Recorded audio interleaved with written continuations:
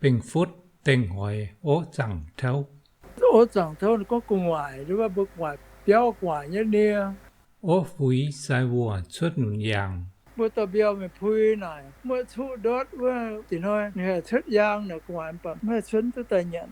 Trái bia ố phúi phản phây lùn.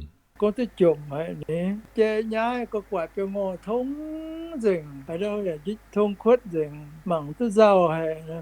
Ố phúi mù song y vĩnh nhang. Béo hú hay má ta lộn bùa. Má béo yếm mà. Có phủi là có béo hú hay dịp dùng. Má miền lộn bùa.